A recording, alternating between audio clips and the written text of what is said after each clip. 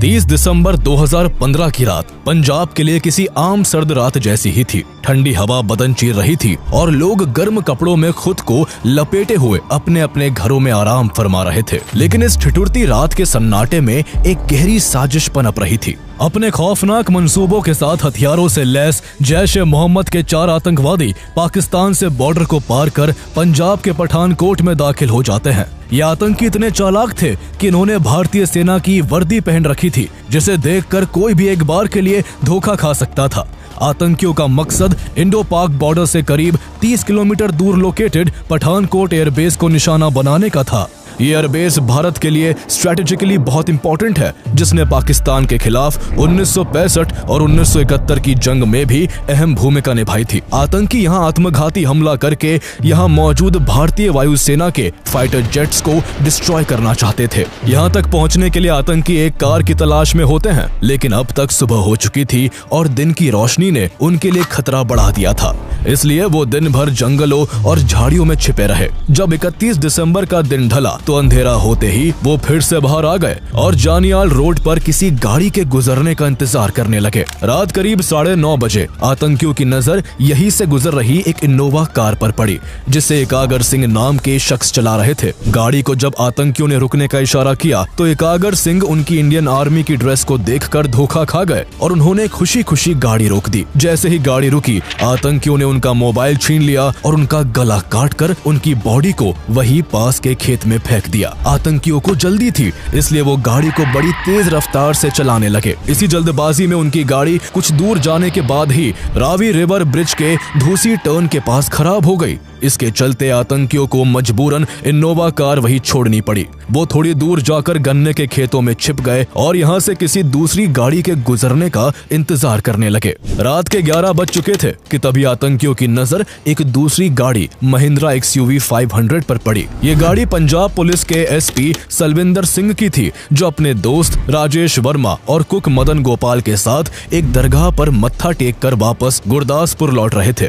गाड़ी राजेश वर्मा चला रहे थे। जैसे ही वो कोलियन मोड़ के पास पहुंचे, आतंकियों ने उन्हें भी रुकने का इशारा किया। ये लोग भी उन आतंकियों की वेशभूषा को देखकर धोखा खा गए और उन्होंने भी उन्हें फौजी समझकर गाड़ी रोक दी। गाड़ी रुकते ही आतंकियों ने उन पर अपनी राइफलें तान दी और जबरदस्ती गाड़ी के अंदर घुसकर SP सलविंदर सिंह और उनके दोनों साथियों के हाथ पैर बांध दिए और उनके मोबाइल छीन लिए। उन्हीं के फोन से एक आतंकी ने पाकिस्तान में बैठे अपने आका काशिफ जान को फोन मिलाया और अपनी करंट लोकेशन की जानकारी देते हुए कहा कि उन्हें कार मिल गई है और वो जल्द ही टारगेट तक पहुंच जाएंगे। वो एयरफोर्स शब्द का बार बार जिक्र कर रहे थे, जिससे तीनों बंदी बने लोगों को इतना तो समझ आ गया था कि आतंकियों का मंसूबा इंडियन एयरफोर्स पर हमला करने का है। कहानी में आगे बढ़ने से पहले हम आपको बताते चले कि अगर आप एक बिजनेस ओनर है और रिसीट्स एंड ट्रैकिंग एक्सपेंसेस जैसी चीजों में उलझकर अपना कीमती समय बर्बाद कर रहे हैं, तो अब एक ऑर्गेनाइज सॉल्यूशन अपनाने का समय आ गया है। रिसीट केओस को गुड बाय कहने के लिए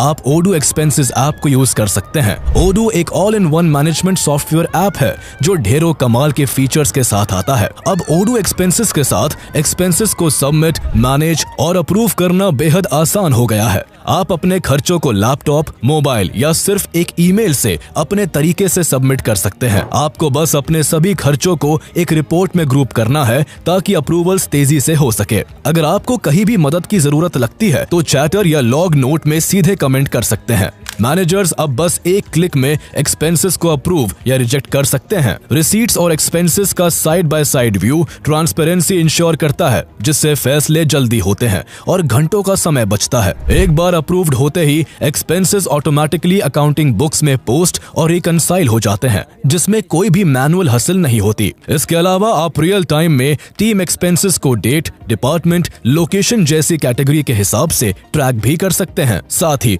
कस्टमर रिलेटेड एक्सपेंसेस को एफर्टलेसली री-इनवॉइस कर सकते हैं। अमेजिंग बात यह है कि ओडू का पहला ऐप अनलिमिटेड सपोर्ट और लाइफ टाइम होस्टिंग के साथ बिल्कुल फ्री है। तो दुनिया भर के 12 मिलियन प्लस यूजर्स की तरह आप भी ओडू एक्सपेंसेस से जुड़कर एक्सपेंस मैनेजमेंट को आसान बना सकते हैं। इसका लिंक आपको डिस्क्रिप्शन एंड पिन कमेंट में मिल जाएगा। बात करने के बाद गाड़ी चलने लगी। चलती गाड़ी में ही आतंकियों ने उन तीनों को पहले तो लात घूंसों और राइफल की बट से खूब पीटा और फिर गुलपुर सिमली गांव के पास जंगल के इलाके में पहुंचते ही एसपी सलविंदर सिंह और कुक मदन गोपाल की आंखों पर पट्टी बांधकर उन्हें चलती गाड़ी से धक्का दे दिया। आतंकियों को अभी तक ये नहीं पता था कि जिनको वो फेंक रहे हैं उनमें से एक पुलिस वाला भी है। वो अभी तक यही समझ रहे थे कि गाड़ी राजेश वर्मा चला रहा था, इसलिए गाड़ी का मालिक वही होगा। इसी वजह से वो उसे अपने साथ ले गए। जैसे ही वो आगे बढ़े, सलविंदर सिंह और मदन गोपाल ने मौका देखते ही किसी तरह अपने हाथ खोल लिए और आंखों से पट्टी हटाकर गुलपुर सिमली गांव तक पहुंच गए। सलविंदर सिंह को आतंकियों की फोन की बातचीत से ये तो कंफर्म हो गया था कि वो चारों आर्मी वर्दी में पाकिस्तानी आतंकी है जो किसी बड़े हमले को अंजाम देना चाहते हैं। इसलिए गांव में घुसते ही उन्होंने किसी के फोन से तुरंत गुरदासपुर पुलिस कंट्रोल रूम को कॉल कर पूरी घटना की जानकारी दे दी, लेकिन किसी ने उनकी बातों पर यकीन ही नहीं किया। सलविंदर सिंह की इमेज उनके साथी पुलिस कर्मियों के बीच काफी खराब थी, इसलिए उन्होंने समझा कि सलविंदर पार्टी करके लौट रहा होगा और फिजूल की बातें बना रहा है। जब उन्हें किसी ने सीरियसली नहीं लिया तो सलविंदर सिंह ने 3:21 पर गुरदासपुर के एसएसपी को कॉल किया और उन्हें सारा माजरा बताया। उधर आतंकी लगातार राजेश वर्मा को पीट रहे थे और उसके फोन से पाकिस्तान में बैठे अपने हैंडलर से कांटेक्ट में बने हुए थे। उन्होंने राजेश को पीट पीट के बुरी तरह घायल कर दिया। जब उससे पूछा गया कि ये किसकी गाड़ी है, तब राजेश ने बताया कि ये पंजाब के एसपी सलविंदर सिंह की कार है, जिसे उन्होंने पीछे ही फेंक दिया। ये खबर जब फोन पर आतंकियों के हैंडलर्स ने सुनी तो वो गुस्से से आग बबूला हो गए। पुलिस वाला होने की वजह से सलविंदर उन्हें बड़ी थ्रेट लगा जो अथॉरिटीज को बताकर उनके पूरे प्लान को चौपट कर सकता था। इसलिए हैंडलर्स ने उन्हें तुरंत वापस जाकर सलविंदर सिंह और मदन गोपाल को दोबारा पकड़ने का आदेश दिया। लेकिन जब तक वो वापस उस जगह पहुंचे तब तक सलविंदर सिंह और मदन गोपाल अपनी जान बचाकर वहां से भाग चुके थे। दोनों को ना पकड़ पाने की बौखलाहट में आतंकियों ने सारा गुस्सा राजेश वर्मा पर उतार दिया। उन्होंने सुबह करीब 4 बजे बेरहमी से उसका चाकू से गला रेत दिया। आतंकियों को यकीन था कि कुछ ही देर में राजेश की मौत हो जाएगी, इसलिए उन्होंने उसको गाड़ी से बाहर निकालकर पास के खेत में ही फेंक दिया। इसके बाद आतंकी तो गाड़ी लेकर अपनी मंजिल की तरफ बढ़ गए, लेकिन बुरी तरह घायल राजेश वर्मा किसी तरह अपनी जान बचाने के लिए पास के ही गांव अकालगढ़ पहुंच गए, जहां से उन्हें हॉस्पिटल ले जाया गया, जहां उन्होंने पुलिस को सब कुछ बता दिया। इस बीच जिस पहले शख्स एकागर सिंह को आतंकियों ने मार डाला था, उनके देर रात तक घर न लौटने पर उनके परिवार ने पास के पुलिस स्टेशन में उनकी गुमशुदगी की रिपोर्ट दर्ज करवा दी थी। उधर एसपी सलविंदर सिंह भी बार बार बड़े बड़े पुलिस अधिकारियों से कांटेक्ट कर उन्हें आतंकी हमले के खतरे को लेकर आगाह कर रहे थे। कुछ ही घंटों में एक ही एरिया में लगातार एक ही तरह की घटनाओं की खबर से पुलिस हरकत में आ गई। इसके बाद पठानकोट से लेकर दिल्ली तक, जम्मू से लेकर उधमपुर तक और चंडीगढ़ से लेकर पंचकुला तक फोन की घंटियां लगातार बजने लगी। जल्द ही ये खबर होम मिनिस्ट्री, डिफेंस मिनिस्ट्री और प्राइम मिनिस्टर्स ऑफिस तक भी पहुंच गई। मानेसर, जहां नेशनल सिक्योरिटी गार्ड एनएसजी के एलीट कमांडोज बेस्ड है, वहां भी कॉल्स की भरमार होने लगी। जब 1 जनवरी 2016 को पूरी दुनिया नए साल की खुशियां मना रही थी, तब आतंकी हमले की संभावनाओं से इंडियन अथॉरिटीज के बीच हड़कंप मचा हुआ था और सभी ऑफिस में केओस की स्थिति बन चुकी थी। तुरंत देश की सभी सिक्योरिटी फोर्सेस और इंटेलिजेंस एजेंसीज को हाई अलर्ट पर रखा गया। सेना और पुलिस की टुकड़ियों ने मिलकर जल्द ही क्विक रिएक्शन टीम्स तैयार की, जिनके जांच करने पर उन्हें एकागर सिंह की गाड़ी और उनकी डेड बॉडी मिल गई। अगले कुछ घंटों के सर्च ऑपरेशन में एसपी सलविंदर सिंह की महिंद्रा एक्सयूवी गाड़ी भी मिल गई, जो लावारिस हालत में पठानकोट एयरबेस से मात्र 500 मीटर की दूरी पर खड़ी थी। सलविंदर द्वारा दी गई डिटेल्स और उनकी गाड़ी के पठानकोट एयरबेस के पास मिलने से अब साफ था कि आतंकियों का मकसद इस एयरबेस को निशाना बनाने का ही है। साथ ही इस दौरान इंटेलिजेंस एजेंसीज लगातार एसपी सलविंदर और राजेश के फोन्स को इंटरसेप्ट कर रही थी, जो आतंकियों के पास थे। एक कॉल में इंटेलिजेंस एजेंसीज ने आतंकियों को उनके हैंडलर से बात करते हुए सुना, जिसमें हैंडलर्स उनसे कह रहे थे कि जल्दी टारगेट तक पहुंचकर प्लेन्स और हेलीकॉप्टर्स को उड़ा दो। यानी अथॉरिटीज को अब ये भी पता था कि देश में आतंकी घुस आए हैं और ये भी साफ था कि हमला कहां होगा। लेकिन ताज्जुब की बात यह है कि इतना सब मालूम होने के बाद भी आतंकी न केवल पठानकोट एयरबेस में घुसने में कामयाब हुए, बल्कि वहां कई दिनों तक उन्होंने ऐसा आतंक मचाया जिसने देश और दुनिया का ध्यान अपनी ओर खींच लिया। मीडिया की सुर्खियों में केवल एक ही हेडलाइन थी, Pathankot airbase attack. This is big breaking news that is coming in on the Pathankot probe. Pathankot air force station पर जो आतंकी हमला हुआ है उसके बाद वो ऑपरेशन अभी तक जारी है। 62 घंटे होने वाले हैं इस ऑपरेशन को। At least 4 terrorists have been killed by security forces and 3 security personnel have lost their lives. Lieutenant Colonel Niranjan of the National Security Guard of the NSG died today while defusing explosives during the mopping up operations. Pathankot वायुसेना station पर आतंकवादी हमले में पाकिस्तान की तरफ उंगली उठ रही है। भारत ने पाकिस्तान को आतंकियों के पाकिस्तानी होने के सबूत भी दिए हैं। हमें हिंदुस्तान की तरफ से कुछ लीड्स मिली जिस पे हम तहकीकात कर रहे हैं। The joint investigation team from Pakistan arrived in the national capital on Sunday to probe the deadly terrorist attack on the Pathankot Air Force Base. Pakistan has formally registered an FIR in the Pathankot Air Base attack case as part of the ongoing investigation into that terrorist attack that killed 7 Indian personnel. The FIR has been registered against unidentified people.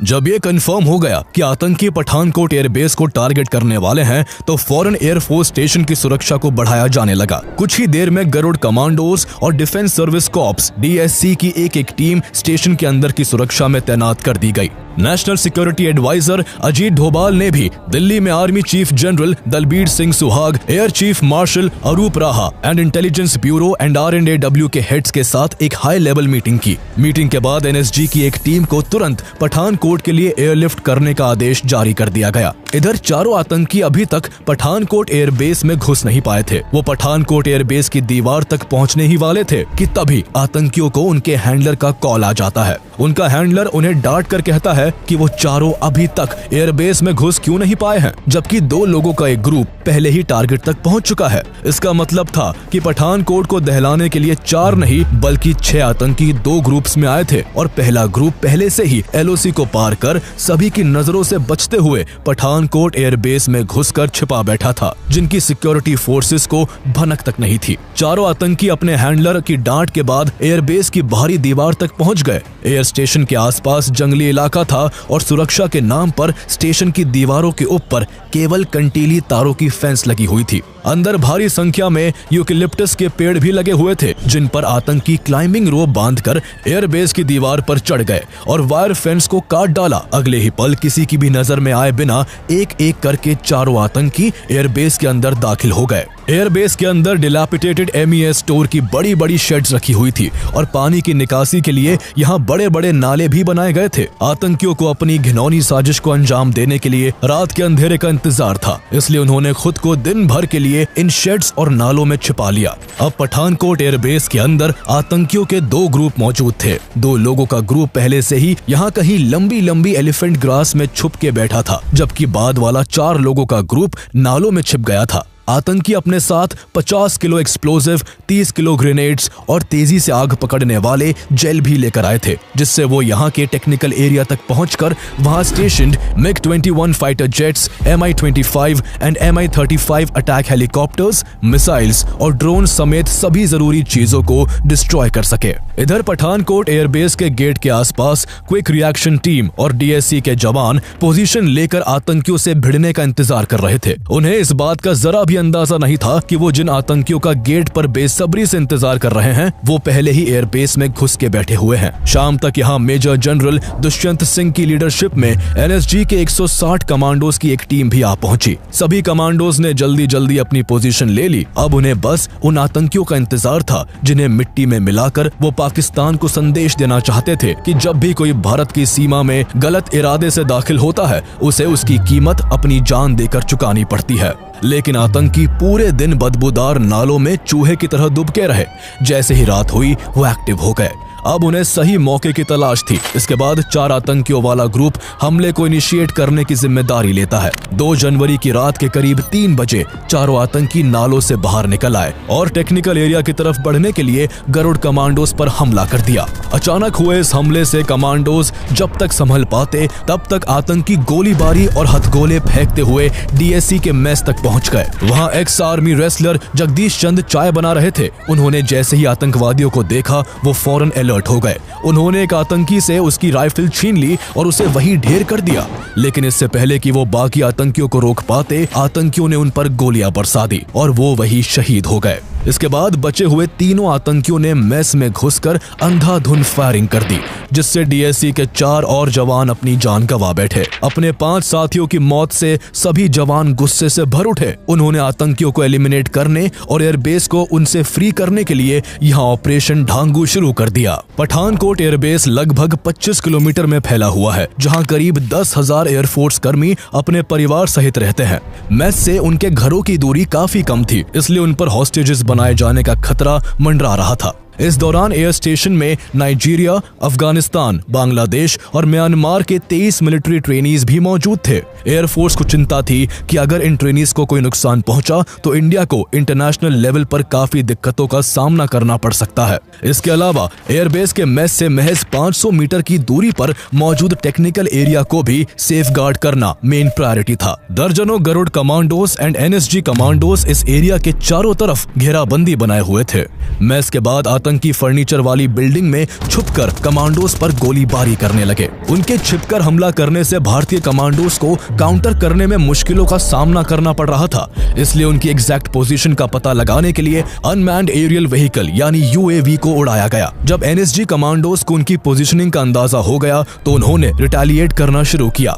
आतंकियों के पास AK-47 rifles थी, जिनका जवाब भारतीय commandos MP5 assault rifle, Glock pistol और corner shotgun जैसी modern rifle से दे रहे थे। दोनों ओर से भयंकर गोलीबारी शुरू हो गई। गोलियों की तड़तड़ाहट और भारी बमबारी से पूरा इलाका सहम उठा। इस तरह सुबह से दोपहर और दोपहर से शाम हो गई। आतंकी कभी फायरिंग करते तो कभी ग्रेनेड और एक्सप्लोजिव का इस्तेमाल करते, लेकिन इसके बावजूद आतंकी आमने सामने की लड़ाई में कमांडोज के आगे कहीं भी नहीं टिक पा रहे थे। कमांडोज ने आतंकियों की हर चाल को नाकाम करके रख दिया था। इसका अंजाम ये हुआ कि 2 जनवरी की शाम तक 3 और आतंकियों को मार गिराया गया। पूरे 4 आतंकियों की मौत के बाद गोलियों और बम धमाकों की आवाज बिल्कुल थम गई। जब काफी समय तक आतंकियों की ओर से कोई रिटेलिएशन नहीं हुआ तो जवानों में जश्न का माहौल बन गया। वहां मौजूद लोग ये मान बैठे कि एयरबेस में केवल 4 आतंकी ही थे जिन्हें मार गिराया जा चुका है। डिफेंस फोर्सेज ऑपरेशन को बंद करने का मन बना चुकी थी और इस खबर को दिल्ली तक पहुंचा दिया गया था।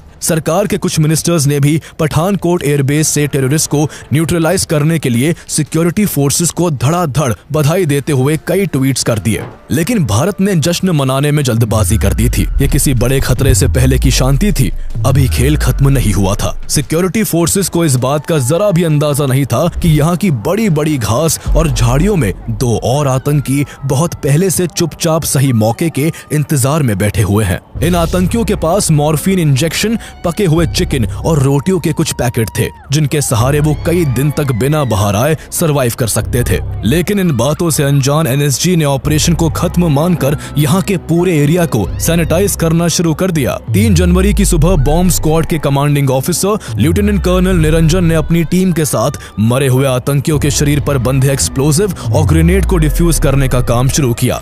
थोड़ी ही देर में 3 आतंकियों के एक्सप्लोजिव्स को डिफ्यूज किया जा चुका था, लेकिन लेफ्टिनेंट कर्नल निरंजन ने जैसे ही चौथे आतंकी के शरीर से बम को डिफ्यूज करने की कोशिश की, आतंकी के शरीर पर लगा एक्सप्लोजिव ब्लास्ट हो गया। लेफ्टिनेंट कर्नल निरंजन ने बुलेट प्रूफ जैकेट पहन रखी थी, लेकिन धमाके की इंटेंसिटी इतनी ज्यादा थी कि उनकी जान नहीं बच सकी। इस विस्फोट से 5 अन्य कमांडोज भी बुरी तरह घायल हो गए। लेफ्टिनेंट कर्नल निरंजन के शहीद होने से पठानकोट एयरबेस एक बार फिर से सहम गया। इसी केओस का फायदा उठाकर अभी तक काफी समय से छिपे बैठे दोनों आतंकियों ने सुबह 10 से 11 बजे के आसपास एयरबेस के एक दूसरे ब्लॉक से अचानक जवानों पर गोलीबारी शुरू कर दी। इस ब्लॉक की पहली मंजिल पर 6 डिफेंस पर्सनल भी मौजूद थे। यदि आतंकवादी उन्हें हॉस्टेजेस बना लेते तो उनकी जान के बदले में वो भारत से बार्गेनिंग कर सकते थे, लेकिन किस्मत से आतंकियों को इसकी खबर नहीं थी, इसलिए उन्होंने इस ओर ध्यान नहीं दिया। उनका टारगेट टेक्निकल एरिया को तबाह करने का था। उनकी गोलीबारी से सभी जवान एक बार फिर से अलर्ट हो गए। साथ ही 80 कमांडोज की 2 और एनएसजी यूनिट्स को दिल्ली से पठानकोट एयरलिफ्ट किया गया। सबसे पहले उस ब्लॉक में फंसे 6 डिफेंस पर्सनल को सुरक्षित बाहर निकाला गया। इसके बाद एनएसजी और गरुड़ कमांडोज ने मिलकर पूरी बिल्डिंग को चारों तरफ से घेर लिया, लेकिन दोनों आतंकी फिर भी कमांडोज की पकड़ में नहीं आए। आतंकियों ने पूरे दिन कमांडोज को इधर से उधर उलझाए रखा। शाम हो चुकी थी और अंधेरा घिरने लगा था। ऐसे में जल्द से जल्द कार्रवाई करना जरूरी हो गया था। आखिरकार एनएसजी कमांडोज ने आतंकियों को रूम के अंदर ही कुचलने के लिए बस्टर टूल्स का इस्तेमाल किया और आतंकी जिस कमरे में छुपे हुए थे उसके दरवाजे उड़ा दिए। इसके बाद कमांडोज ने रूम के भीतर कैनन फायर किया, जिसकी चपेट में आकर दोनों आतंकी जल्द ही मारे गए। इन दोनों आतंकियों के खत्म होते ही पठानकोट एयरबेस पूरी तरह से सुरक्षित था, लेकिन कंट्रोल रूम इस सफलता की सूचना दिल्ली भेजने में इस बार जल्दबाजी नहीं करना चाहता था। एनएसजी कमांडोज ने एयरबेस के चप्पे चप्पे को खंगालना जारी रखा और लगातार कई घंटों की सर्च के बाद जब उन्हें सब कुछ सही लगा तो आखिरकार 5 जनवरी की दोपहर तक ऑपरेशन बंद कर दिया गया। बेशक 6 के 6 आतंकियों को मिट्टी में मिलाकर और टेक्निकल एरिया को सेफ रखकर भारत ने आतंकियों का प्लान फेल कर दिया था, लेकिन इसके लिए देश के 7 जवानों को कुर्बान होना पड़ा था। इनमें से एक गरुड़ कमांडो गुरसेवक सिंह भी थे, जिनकी शादी को मात्र 45 दिन ही हुए थे। अपने जवानों की शहादत से पूरा देश शोक में डूबा हुआ था। सरकार इस हमले के लिए जिम्मेदार एक एक आतंकी को बेनकाब करना चाहती थी। इसलिए जब पठानकोट एयरबेस में आतंकियों को न्यूट्रलाइज करने के लिए जवानों का ऑपरेशन ढांगू चल रहा था, उसी दौरान पंजाब पुलिस एसपी सलविंदर सिंह और उसके दोनों साथियों राजेश और मदन गोपाल से पूछताछ कर रही थी। पुलिस जानना चाहती थी कि जिन आतंकियों ने एकागर सिंह को गला काट कर मार डाला था, उन्होंने सलविंदर को आखिर कैसे इतनी आसानी से छोड़ दिया। सलविंदर सिंह की इमेज पहले से ही पुलिस महकमे में खराब थी। वहीं उन्होंने इंटेरोगेशन के दौरान भी कई बार अपना बयान बदला, जिस कारण पुलिस को उन पर शक था। हालांकि बाद में उन्हें इस हमले से क्लीन चिट दे दी गई। इसके बाद इस हमले की जांच का जिम्मा नेशनल इन्वेस्टिगेशन एजेंसी यानी एनआईए ने संभाला। एनआईए ने पूरे पठानकोट एयरबेस की काफी बारीकी से जांच की, जिसमें एनआईए की टीम को एयरबेस के वेस्टर्न साइड से फेंस कटर, रोप, वूलन कैप और ग्लव्स मिले, जिसके सहारे आतंकियों ने एयरबेस में घुसपैठ की थी। एनआईए को नाले में कुछ जूतों के निशान भी मिले, जो मारे गए आतंकियों के जूतों से मेल खाते थे। साथ ही एजेंसीज ने आतंकियों की कॉल्स को इंटरसेप्ट करके पता लगाया कि सभी आतंकी पाकिस्तान से आए थे और इस पूरे हमले की योजना जैश-ए-मोहम्मद के सरगना मौलाना मसूद अजहर और उसके भाई मुफ्ती अब्दुल रऊफ असगर ने बनाई थी। हमले के दौरान उन्हें पाकिस्तान से काशिफ जान गाइड कर रहा था और उनकी 6 महीनों तक बहावलपुर में अशफाक अहमद और हाजी अब्दुल शकूर ने ट्रेनिंग करवाई थी। जैश-ए-मोहम्मद ने उन 6 आतंकियों की मिलिट्री जैसी सख्त ट्रेनिंग के बाद पठानकोट एयरबेस को दहलाने के लिए एक आत्मघाती मिशन पर भेज दिया था। लेकिन जैश-ए-मोहम्मद का मकसद इस तरह केवल भारत के एयरबेस को नुकसान पहुंचाने का नहीं था, बल्कि जैश इस बार एक तीर से 2 निशाने लगाना चाहता था। दरअसल उस समय भारत और पाकिस्तान अपने संबंधों को संभालने में लगे हुए थे। इस हमले से केवल 6 दिन पहले ही 25 दिसंबर 2015 को नरेंद्र मोदी काबुल से लौटते वक्त अचानक से पाकिस्तान के लाहौर जा पहुंचे थे और पाकिस्तानी प्राइम मिनिस्टर नवाज शरीफ से मुलाकात की थी। नरेंद्र मोदी इस दौरान लाहौर में शरीफ के पाकिस्तान समारोह में भी शामिल हुए थे। ये 2004 के बाद पहला मौका था जब भारत के प्राइम मिनिस्टर ने पाकिस्तान का दौरा किया था। नरेंद्र मोदी ऐसा करके सालों से बिगड़ते रिश्ते को फिर से पटरी पर लाना चाहते थे, लेकिन इस तरह दोनों देशों की नजदीकियों को जैश-ए-मोहम्मद ने अपने एग्जिस्टेंस के लिए एक बड़े खतरे के रूप में देखा। इसलिए उसकी इस अटैक की साजिश का मकसद भारत की एयर पावर को कम करने के साथ साथ भारत और पाकिस्तान के बीच उभर रही दोस्ती पर चोट करना था। इस अटैक में जैश-ए-मोहम्मद का हाथ होने की वजह से इंडिया पाकिस्तान के बीच जो शांति की राह बन रही थी वो टूट गई और भारत ने किसी भी तरह की पीस टॉक्स को तुरंत पोस्टपोन कर दिया। इंडिया ने पाकिस्तान पर टेररिज्म के खिलाफ एक्शन लेने का प्रेशर बनाया, जिसके चलते पाकिस्तान ने कुछ कार्रवाई भी की और जैश-ए-मोहम्मद के कई मेंबर्स को अरेस्ट कर लिया। मसूद अजहर को प्रोटेक्टिव कस्टडी में रखा गया, हालांकि उसे कहाँ रखा गया है इसकी जानकारी किसी को नहीं दी गई। आगे चलकर इनसफिशिएंट एविडेंस का हवाला देकर पाकिस्तान ने मसूद अजहर को रिलीज कर दिया, जिससे भारत की नाराजगी और बढ़ गई। भारत ने जब पाकिस्तान पर और प्रेशर डाला तो पाकिस्तान ने हमले की जांच के लिए मार्च 2016 में अपनी एक 5 सदस्यीय जॉइंट इन्वेस्टिगेशन टीम को भारत की परमिशन से पठानकोट भेजा। 3 दिन तक पाकिस्तान की इन्वेस्टिगेशन टीम ने यहां से कई एविडेंस कलेक्ट किए और इस दौरान कुछ विटनेसेस के स्टेटमेंट्स भी रिकॉर्ड किए। इसके बाद अपनी जांच पूरी करके ये टीम वापस पाकिस्तान लौट गई। पाकिस्तान पहुंचते ही इस टीम में शामिल लोगों ने अपना असली रंग दिखाना शुरू किया और ये दावा किया कि अटैक इंडिया द्वारा किया गया फॉल्स फ्लैग ऑपरेशन था, जिसका मोटिव केवल पाकिस्तान को बदनाम करने का था। जब पाकिस्तान की जॉइंट इन्वेस्टिगेशन टीम ने पठानकोट अटैक की इन्वेस्टिगेशन के लिए इंडिया आने का प्रपोजल दिया था तो दोनों देशों के बीच ये म्यूचुअली डिसाइड हुआ था कि उनकी विजिट के बाद NIA की भी एक टीम पाकिस्तान आकर इसकी इन्वेस्टिगेशन करेगी। लेकिन इसके बाद पाकिस्तान ने भारत को जांच का भरोसा तो दिया, लेकिन बाद में पाकिस्तान अपने वादे से मुकर गया। इसको लेकर then foreign minister Sushma Swaraj ने पाकिस्तान की कड़ी आलोचना करते हुए कहा था कि जब तक पाकिस्तान पठानकोट अटैक पर कॉन्क्रीट स्टेप्स नहीं उठाता तब तक दोनों देशों के बीच कोई भी डायलॉग संभव नहीं होगा, क्योंकि टेररिज्म और पीस टॉक दोनों एक साथ नहीं चल सकते।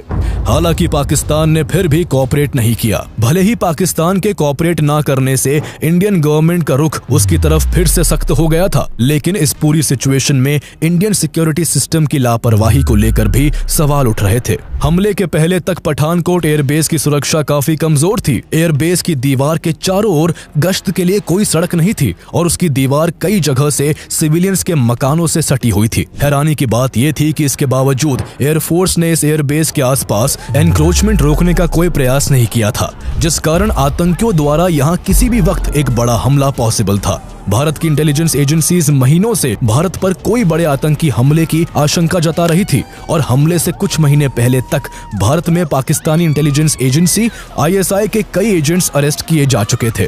पठानकोट हमले से केवल एक महीने पहले BSF के हेड कांस्टेबल अब्दुल रशीद को ISI के लिए जासूसी करने के जुर्म में दिल्ली पुलिस ने जम्मू एंड कश्मीर से अरेस्ट किया था। अब्दुल रशीद और उसके रिलेटिव कफायतुल्लाह खान कई महीनों से ISI के कांटेक्ट में थे और अरेस्ट होने से पहले दोनों भारतीय सेना की कई इंपॉर्टेंट इंफॉर्मेशन ISI को दे चुके थे। इसके अलावा शेख मोहगल और मोहम्मद एजाज को भी कोलकाता और मेरठ से ISI के लिए जासूसी करते हुए पकड़ा गया था, जबकि दिसंबर 2015 में पोखरण से ex army man Govardhan Singh भी पकड़ा गया, जो सालों से भारतीय डिफेंस फोर्स की इंपॉर्टेंट इंफॉर्मेशन ISI तक पहुंचा रहा था। इसके अलावा पठानकोट हमले से पहले एयरमैन रंजीत KK को भी दिल्ली पुलिस की क्राइम ब्रांच, मिलिट्री इंटेलिजेंस और एयरफोर्स की एक यूनिट ने अपने जॉइंट ऑपरेशन के जरिए भटिंडा एयरबेस से ISI के लिए जासूसी करने के जुर्म में अरेस्ट किया था।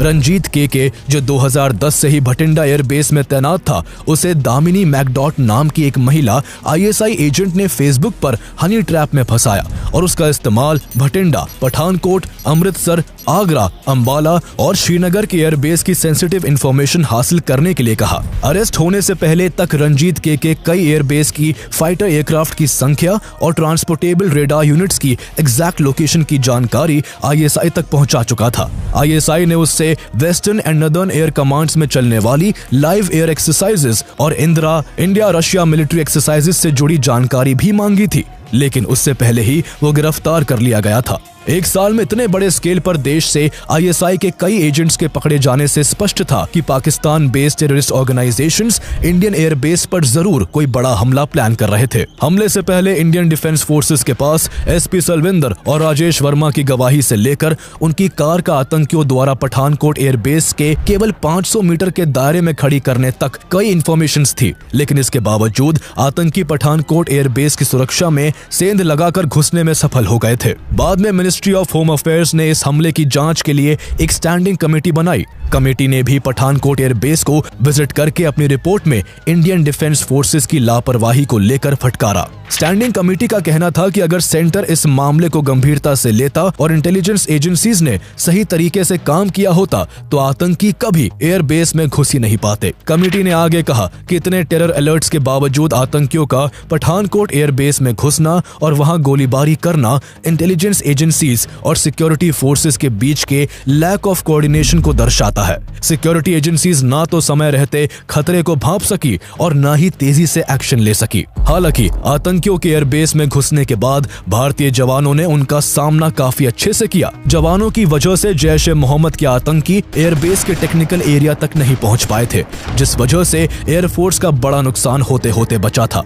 जैश ए मोहम्मद का यह मंसूबा भले ही नाकाम रहा, लेकिन वो जो दरार भारत और पाकिस्तान के बीच चाहता था, वो दरार इस हमले के बाद दोनों देशों में फिर से आ चुकी थी। जैश ए मोहम्मद यही नहीं रुका, बल्कि इस हमले के केवल 8 महीने बाद उरी अटैक और करीब 3 साल बाद पुलवामा अटैक को अंजाम देकर उसने दोनों देशों के बीच तनाव की एक गहरी खाई खोद दी। भारत ने भले ही पठानकोट अटैक के जवाब में पाकिस्तान और जैश-ए-मोहम्मद के खिलाफ कोई मिलिट्री एक्शन नहीं लिया, लेकिन उरी अटैक और पुलवामा अटैक के जवाब में भारत ने दुश्मन के घर में घुसकर उसको सबक सिखाया। उरी अटैक और पुलवामा अटैक की पूरी कहानी आप हमारी पिछली वीडियोस में देख सकते हैं। दोनों के लिंक्स आपको डिस्क्रिप्शन में मिल